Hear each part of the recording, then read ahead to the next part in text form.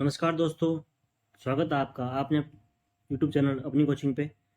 आज हम बात करने वाले हैं एसएससी एमटीएस के एग्ज़ाम के 19 मई के थर्ड शिफ्ट के सभी प्रश्न के बारे में। चलिए वीडियो स्टार्ट करते हैं। सबसे पहले पूछा गया था 2011 की जनगणना के अनुसार निम्नलिखित में से किस राज्य में जनसंख्या दशकीय वृद्धि सबसे कम दर्ज की गई है। तो इसका सही उत्तर होगा नागालैंड, जिसमें 0.47% जनसंख्या है, -0.47% है। उसके बाद है केरल, उसमें प्लस में है 4.86%। अगला क्वेश्चन पूछा गया था खर्ची पूजा में कितने देवताओं की पूजा की जाती है। तो इसका सही उत्तर होगा खर्ची पूजा में 14 दिनों में 7 देवताओं की पूजा फूल फल आदि चढ़ाकर की जाती है। यह त्रिपुरा का त्यौहार है और यह जुलाई और अगस्त के महीने में मनाया जाता है। अगले क्वेश्चन की बात करें, निम्नलिखित में से कौन सा त्यौहार छत्तीसगढ़ में नहीं मनाया जाता है। तो इसके ऑप्शन हमें नहीं मिल पाए थे, तो छत्तीसगढ़ में मनाए जाने वाले त्योहारों की लिस्ट है ये होली, पोरा, संकट, हरेली नृत्य, गान सुआ, राउत नाचा, काकसार, कर्मा, गौर नृत्य को छोड़कर जो भी पूछा गया था ऑप्शन में दिया गया था वो ऑप्शन इसका सही होगा।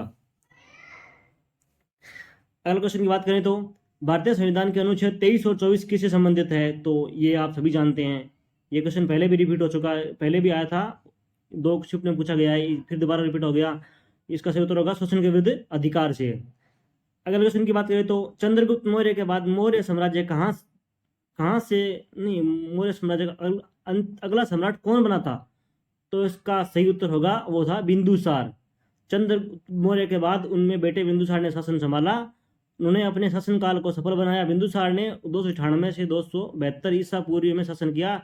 मध्य भारत पर विजय प्राप्त करने के बिंदुसार ने मौर्य साम्राज्य का विस्तार जारी रखा। बिंदुसार के बाद उनके बेटे अशोक उत्तराधिकारी बने, जिन्होंने 272 से 332 ईसा पूर्व तक शासन किया। तो अगला क्वेश्चन पूछ सकते हैं कि बिंदुसार के बाद कौन बना था। तो वो था अशोक।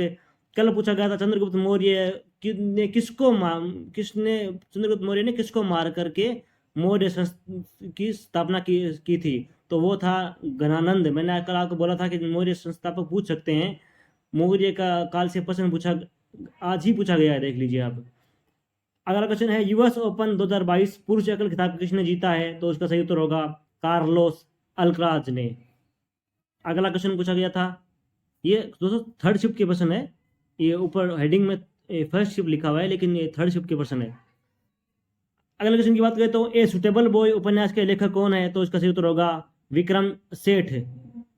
अगले क्वेश्चन की बात करें तो बाबर ने काबुल पर अधिकार कब किया था। तो बाबर ने 1504 में अधिकार किया था तथा 1507 में पादशाह की उपाधि धारण की थी। इससे पहले ये पूछ लिया गया है कि बाबर ने पादशाह की उपाधि धारण कब की थी। तो वो की थी 1507 में।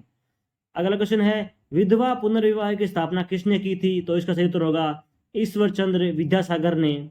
और बात करें तो ईश्वर चंद्र विद्यासागर ने चुनौती ली थी और 7 दिसंबर 1856 को कोलकाता में पहली विधवा पुनर्विवाह अपने दम पर करवाया था। अगले क्वेश्चन की बात करें तो किस देश ने फीफा अंडर-17 महिला विश्व कप 2022 जीता है। तो उसका सही उत्तर होगा स्पेन। इसका उप विजेता टीम थी वो थी कोलंबिया। तो स्पेन ने कोलंबिया को हराया था। अगला क्वेश्चन है एंटी डोपिंग बिल 2021 किससे संबंधित है। तो इसका सही उत्तर होगा यह बिल एथलीट्स के स्पोर्ट कर्मचारियों और अन्य लोगों को खेलों में डोपिंग से शामिल होने के प्रतिबंध करता है।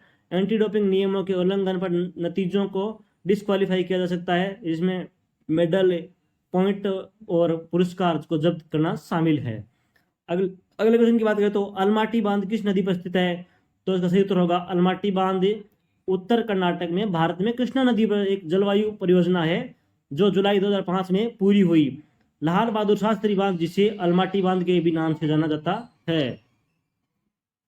अगले क्वेश्चन की बात करें तो कुश्ती चटाई की मोटाई कितनी होती है। तो इसका सही उत्तर होगा 10 सेंटीमीटर मोटी होती है। और बात करें तो कम से कम 10 मीटर लंबा, 6 मीटर लंबा और 6 मीटर चौड़ा, 10 सेंटीमीटर वाला मोटा होता है। गद्दे के ऊपरी भाग पर 1 मीटर व्यास का 10 सेंटीमीटर चौड़ा वृत्त होता है। अगला क्वेश्चन की बात करें तो असंगत का कानून किस मौलिक अधिकार के तहत है। तो इसका मौलिक अधिकार ये अनुच्छेद 13 के तहत है। ये असंगत कानून है मौलिक अधिकार के तहत, अनुच्छेद 13 के तहत है। और यह घोषणा करता है कि मूल अधिकारों को असंगत या उनमें कम करने की वाली विधियां शून्य होगी, अर्थात ये विधियां न्यायिक समीक्षा के योग्य है। यह उच्चतम एवं उच्च न्यायालयों की शक्ति प्रदान करता है, जिसके आधार पर मूल अधिकारों के असंगत विधियों को वे अवैध घोषित करते हैं।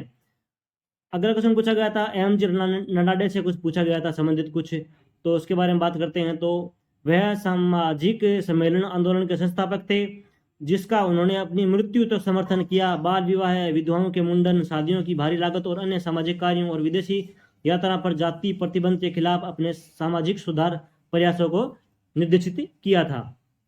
अगले क्वेश्चन की बात करें तो 1770 में बंगाल में ऐसा क्या हुआ था कि 1/3 आबादी खत्म हो गई थी? तो इसका सही कारण था भयंकर अकाल के कारण 1770 में बंगाल में 1/3 आबादी खत्म हो गई थी। अगले क्वेश्चन की बात करें तो खिलजी वंश के कौन से राजा ने अलाई दरवाजा, मोती मस्जिद, चार मीनार के अंदर लाल पत्थर का इस्तेमाल किया था? तो वो थे अलाउद्दीन खिलजी। अगला क्वेश्चन पूछा गया था व्रेथ का एंटोनियम पूछा गया था, तो इसका सही उत्तर होगा डाइवर्ट और अनकवर।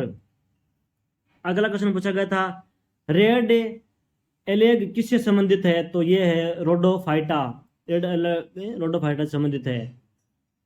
अगला क्वेश्चन है मिसप्लेस का एंटोनियम पूछा गया था, तो इसका सही उत्तर होगा फाइंड और कीप। अगला क्वेश्चन धन विधेयक कितने दिनों तक राज्यसभा में रखा जा सकता है? तो इसका सही उत्तर होगा 14 दिनों तक। यह लोकसभा द्वारा पारित किया जाता है। अगला क्वेश्चन है लाल किले का निर्माण किसने करवाया? तो इसका सही उत्तर होगा मुगल सम्राट शाहजहां ने लाल किले को अपनी राजधानी शाहजहांबाद के रूप में बनवाया था। लाल किला अपनी विशाल दीवारों के लिए प्रसिद्ध है। किले का निर्माण 1638 से 1647 के बीच 10 सालों में पूरा किया गया था। दोस्तों ये क्वेश्चन कम से कम 5 से 6 बार पूछ लिया गया है SSC में, हो सकता है आगे भी पूछा जाए।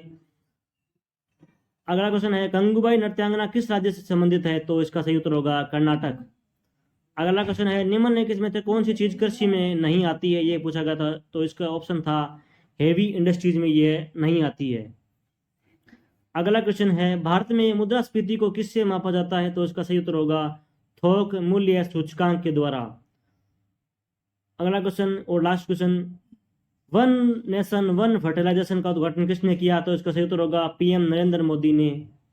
और बात करें तो पीएम नरेंद्र मोदी ने सोमवार को प्रधानमंत्री किसान सम्मान सम्मेलन का उद्घाटन किया। इस आयोजन का उद्देश्य देश भर के 13,500 से ज्यादा किसानों और लगभग 1500 कृषि स्टार्टअप को एक साथ लाना था।